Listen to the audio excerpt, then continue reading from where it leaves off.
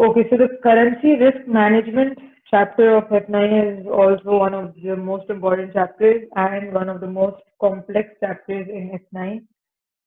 Basically, what is currency risk management or what is currency risk? Currency risk is the risk that either currency rates will go up in case if we have to pay the amount to someone, or the currency rate will fall if we have to receive the amount from someone, because we always want to increase our gains and reduce our risks or reduce our losses. So in order for a person to minimize their risk and to maximize their gains, they would always want to be able to pay minimal amount to someone else. That means that the cash outflow from that person should be minimal towards the other person, and they would always want themselves to receive more from the other person. And how is that possible? It is always possible if the currency rate appreciates for our foreign currency in case of when we are receiving the money. All right. And the currency rate to appreciate even then when we are paying the money. Now, by currency rate appreciating, what do I mean? I mean that if Pakistani rupees appreciate in case of dollars, that is in comparison to dollars, I had to previously pay, let's say, $100 to a person, and 2 days ago, my currency, that is Pakistani currency, rate in comparison to dollar was I had to give rupees 100 to get $1. Just an example. I know the exchange rate is not the way I have mentioned it. Right now the rupees is around 160 in comparison to dollars. So let's say if the currency is rupees 100 is equals to $1, and I have to pay the amount in dollars to someone else, I would want this rate to go up. By up, I mean that I would want my currency to appreciate. In this case, how? I would want the rupees to appreciate. That is, I would want to supply less amount of rupees in order to be able to get $1. Okay. So if the rupees changes to 80, I can say that my currency appreciated, right? Now I have to supply only rupees 80 to be able to get $1, and I would be happily paying that off. Okay. Moving on, we have three types of currency risk. First is the translation risk. That is the risk of losses when financial statements of a company are translated from one currency to another.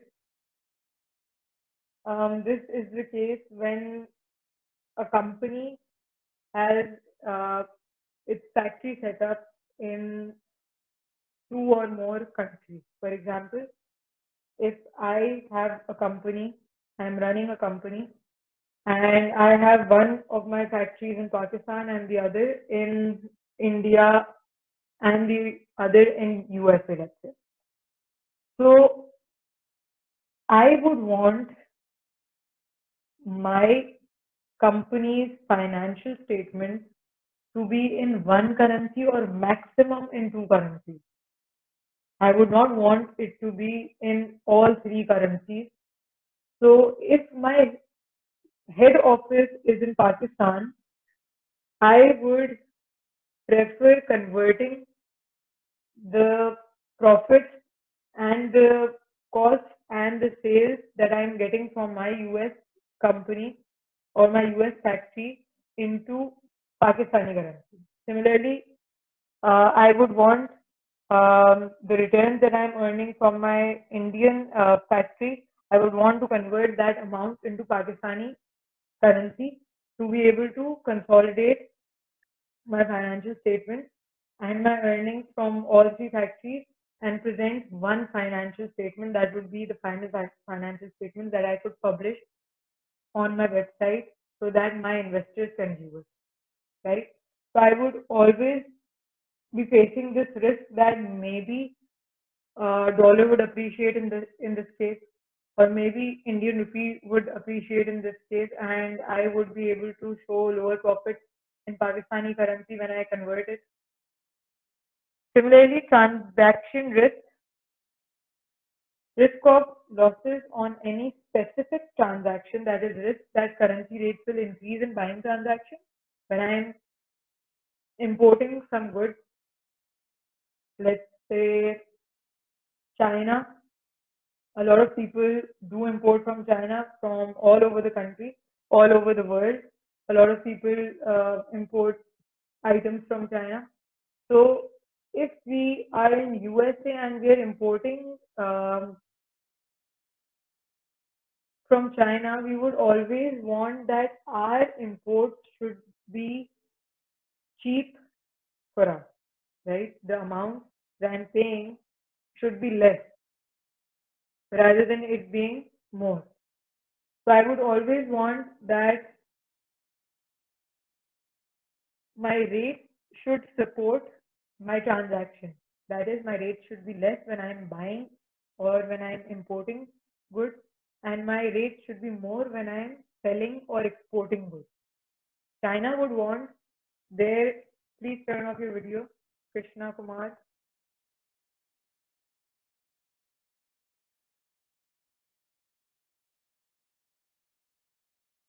There is just a minute. Okay, so I was explaining transaction risk, and I was saying that if the currency rate decrease in case of selling transaction, my exports are going to be cheaper, which means that I will receive less money in that case.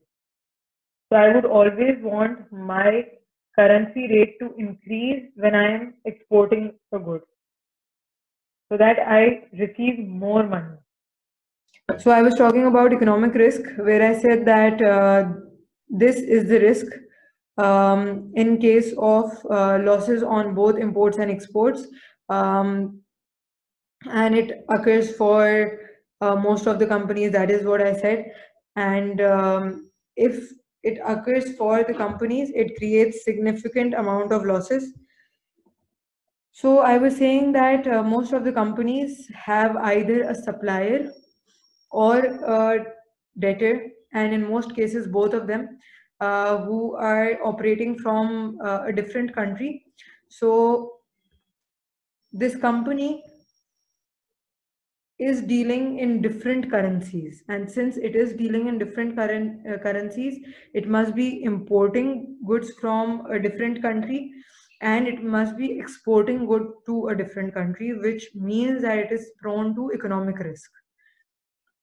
Moving on, how to manage or minimize currency risk. There are hedging techniques for it, and these hedging techniques allow us to minimize our currency risk. 3 of them are theoretical and 3 of them are practical. Deal in home currency. Now, dealing in home currency, I haven't mentioned the definition, but I'm explaining it to you.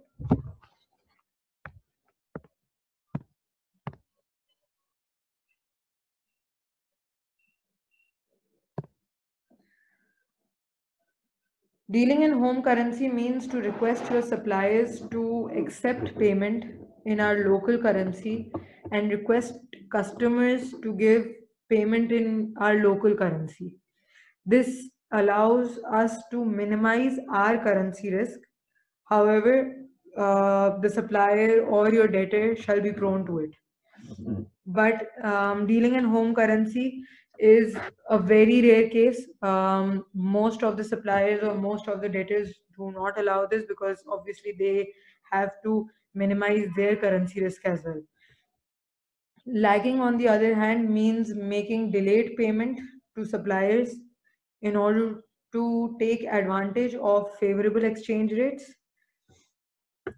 Netting or matching means to set off all balances before making final settlements to avoid risk of loss multiple times. Netting or matching is in case if you have a debtor and a supplier, that is a debtor and a creditor, both in the same country, and the debtor has to pay you, let's say, $100, while you have to pay the supplier $100. You are company C, A is your debtor, and B is your creditor. So so the person A has to pay you $100, where you have to pay the person B $100. So what you can do is you can tell your debtor to simply pay off your supplier with those $100 in order to avoid any currency risk. Why? Because you are in Pakistan, and if the dollar you receive has a different rate, that is a different exchange rate, and then when you are paying the supplier, you have a different exchange rate, there would be some loss that might occur for you. So in order to avoid that loss, you ask your debtor to pay off your creditor. Moving on, we have three practical methods that we'll be practicing. But for today's class, we'll be only doing forward exchange contract and money market hedging. I am explaining leading though. Leading means to pay money as soon as possible, because lower the time period, that is lesser the time period between transaction date and settlement date, lower the chances of risk. This is what leading method assumes. However, the opposite of that was lagging, which assumed that greater the amount of time between transaction date and settlement date, better it would be for us, because the currency risk shall be lower in that case.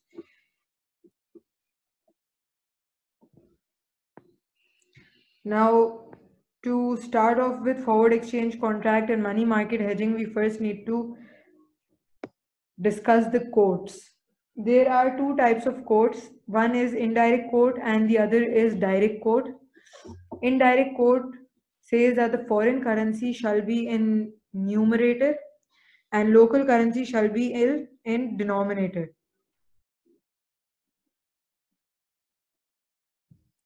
Whereas direct quote says local currency is in numerator and foreign currency shall be in denominator.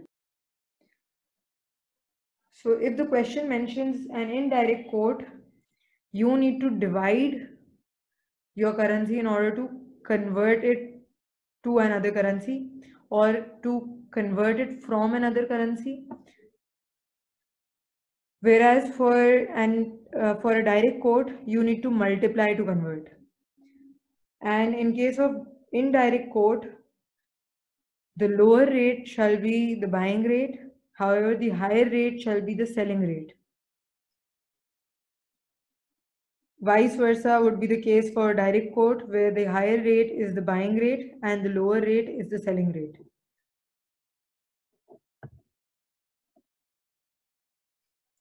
Moving on, forward exchange contract is where a company contracts to either buy or sell a currency in future at a specific date or at a specific rate. The example is presented and we'll be doing this. It says we are in Pakistan and you must pay $1,000 in 6 months. Rates are given. That is the quote is given, dollar over PKR. So first we need to identify which quote is this. Don't forget that we are in Pakistan and we need to pay $1,000 in 6 months, which means that the foreign currency is in the denominator and this shall be an indirect quote, which means we have to divide in order to convert. Spot rate has been given to you 0.011625 and 0.011628. 2-month forward rate has been given and 6-month forward rate has been given.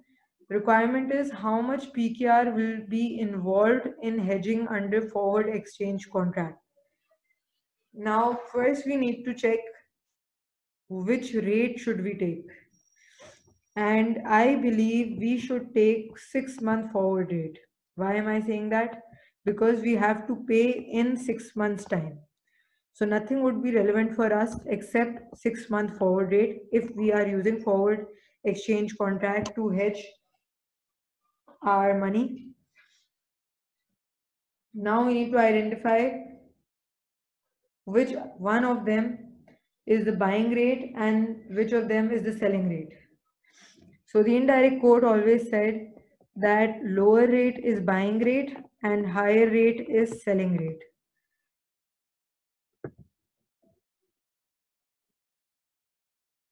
Now, since we have to pay $1,000, we'll have to first buy those $1,000 and then would we be able to send it to our supplier. Why? Because we are in Pakistan and the local currency is Pakistani rupees in that case. So we would not have dollars in hand, right? So we'll go to the money changer and we'll ask him to give us dollar, and in exchange for that he'll ask us to pay rupees, right? So how much rupees shall we pay him in order to be able to buy $1,000 after 6 months? 86043 Pakistani rupees.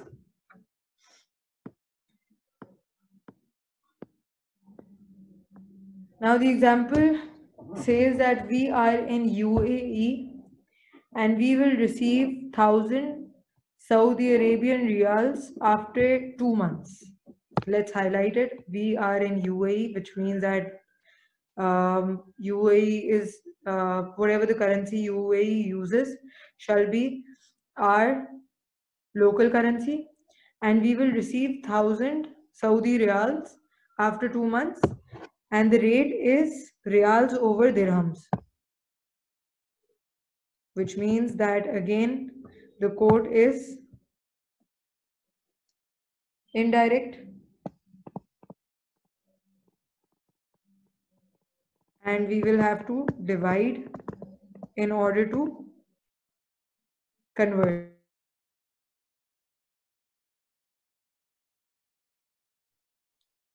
Spot rate has been given to you 1.05 to 1.06. 1 month forward rate, 2 month forward rate and 3 month forward rate has been given, but only 2 months forward rate shall be relevant for us. Why? Because we will be receiving in 2 months time. Now what we need to do is that we first need to assign the buying rate and the selling rate, which is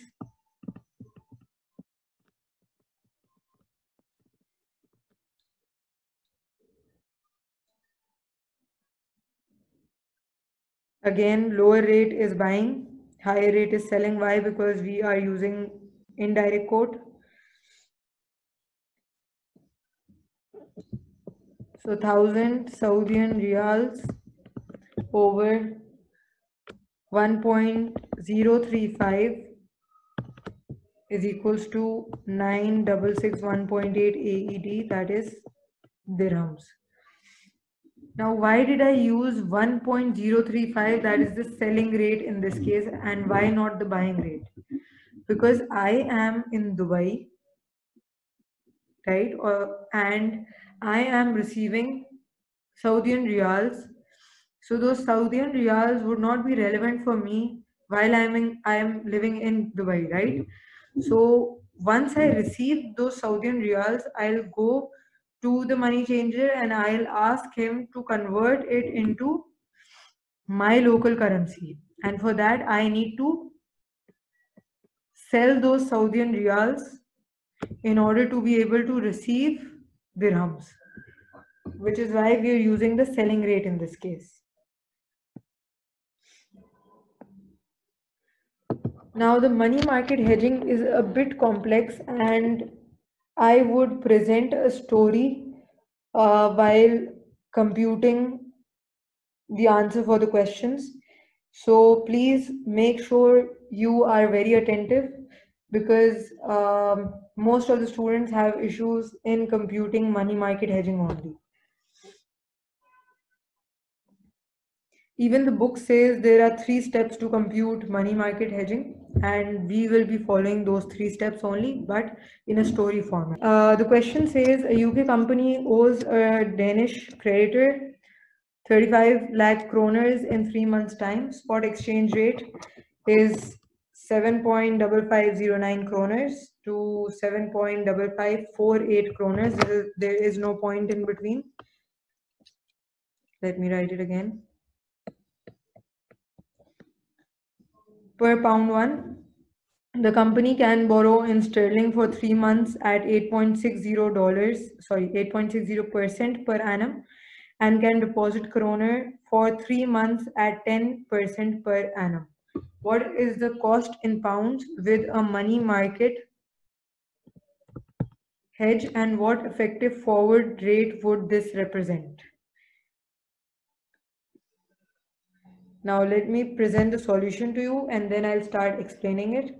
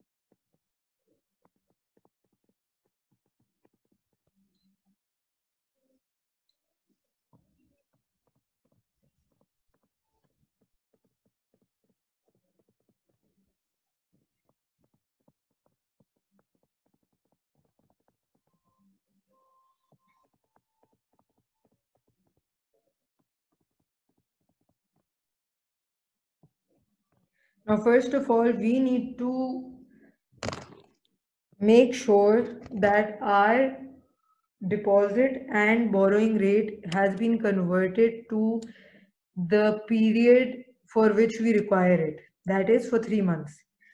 So right now it says that it is 8.6% per annum in case of borrowing So we need to prorate it into 3 months time. That would give us 2.15%. This is the amount we would get for borrowing money for 3 months. Whereas deposit rate was given to us as 10% per annum. So prorating it for 3 months would give us 2.5%.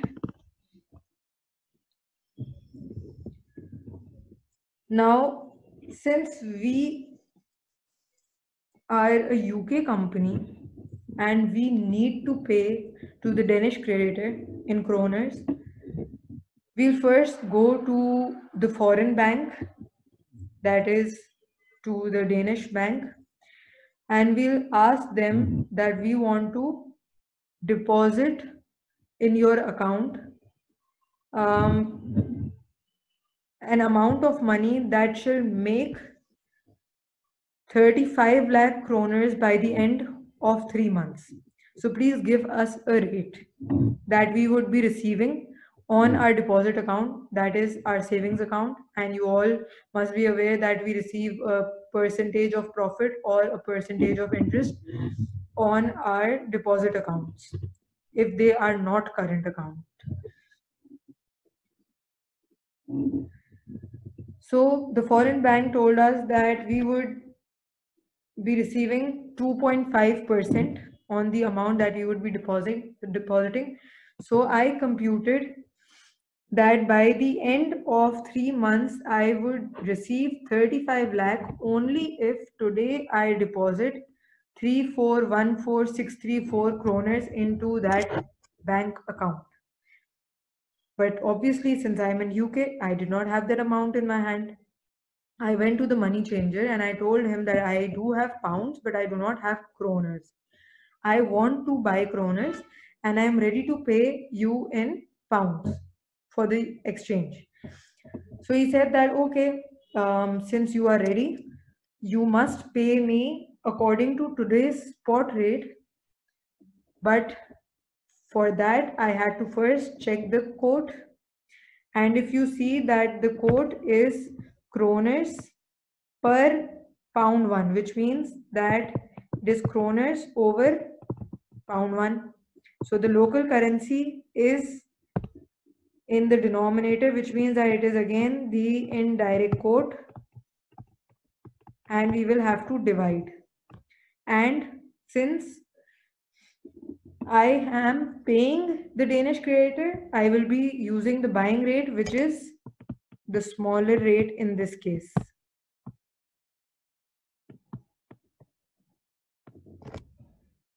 So I divided 3414634 by 7.5509, which gave me 452216 pounds. Now, what would I do of the kroners or of the pounds? I did not have any amount in my hand as a company. I am short on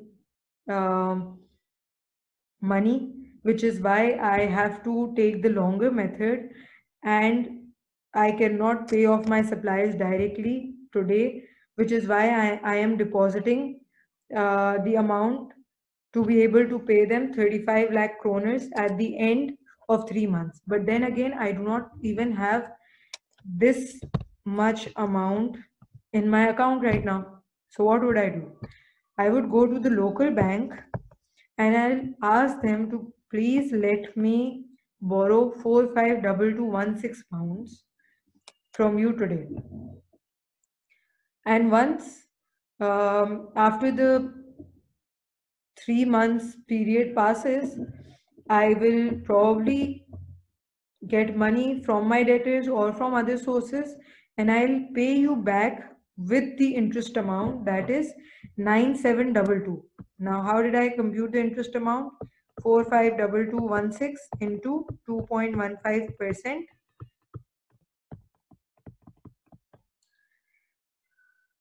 Which means that after 3 months, I would be paying them 461,938 pounds. But right now, since I am getting 452216 pounds.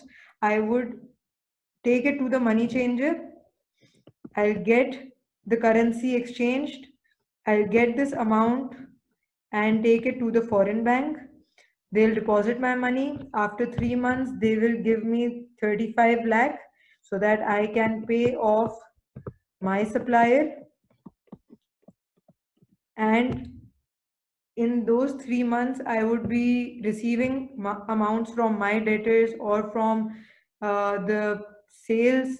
So I can pay off this loan as well then.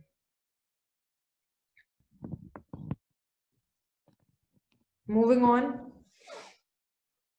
The question says that we are in Pakistan and will receive $5,000 in 6 months.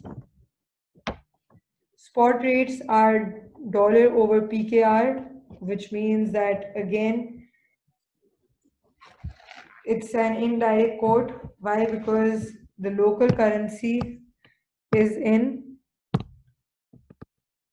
denominator.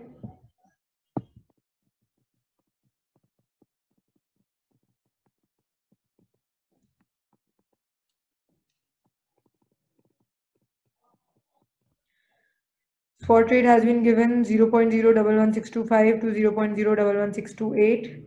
Borrowing rate has been given 10% per annum for dollars.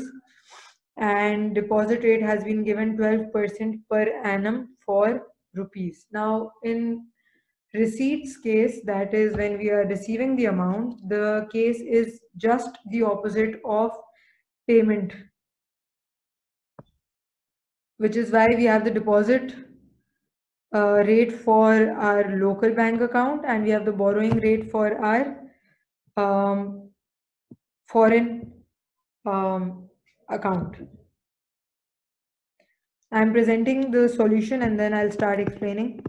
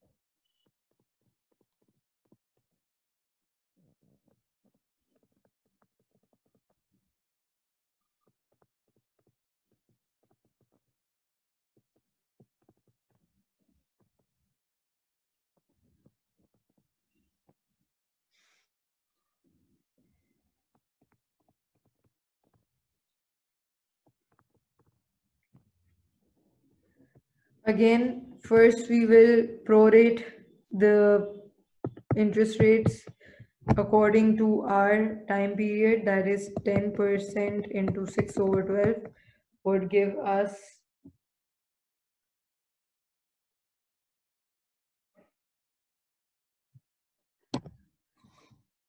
and 12% over 6/12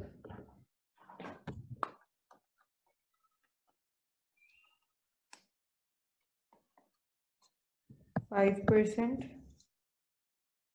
and 6%.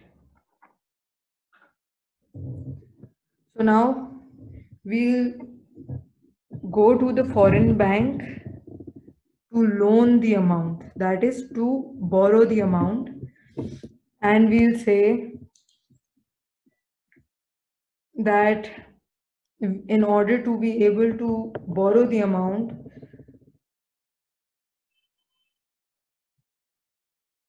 how much dollars will we receive? right? So what we did is we got $4761.9047, and then we'll convert it into the money changer, into the Pakistani rupees through the money changer, and that would give us 4.409529 Pakistani rupees. And then we'll go to the local bank and deposit this amount, where we will receive 434,100.74 Pakistani rupees after 6 months.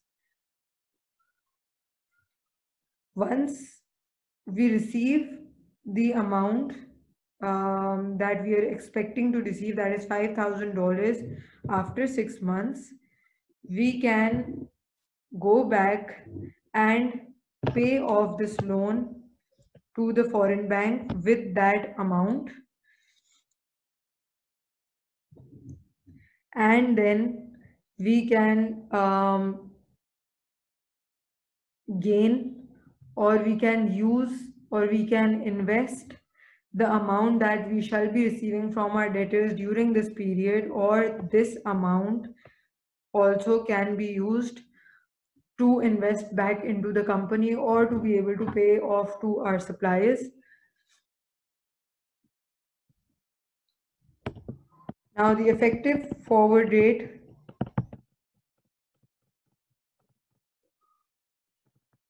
needs to be computed, and the quote is dollar over PKR. The amount that we will be receiving is $5,000, whereas the amount that we deposited, the amount that we'll be receiving after 6 months deposit would be 434,100.74, which means that the rate after 6 months shall be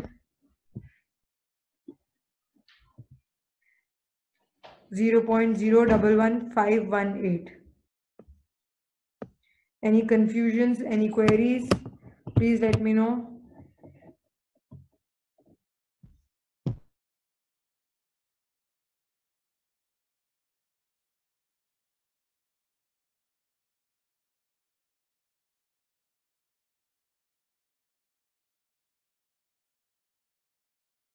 I would really love to hear from you all.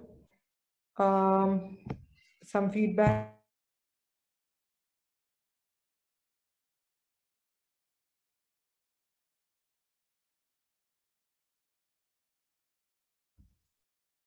I use the higher spot rate for the money changer because this is the receipts method. And in case of receipts, we always use the selling rate. And in case of indirect quote, the higher rate is the selling rate and the lower rate is the buying rate. Understood, David?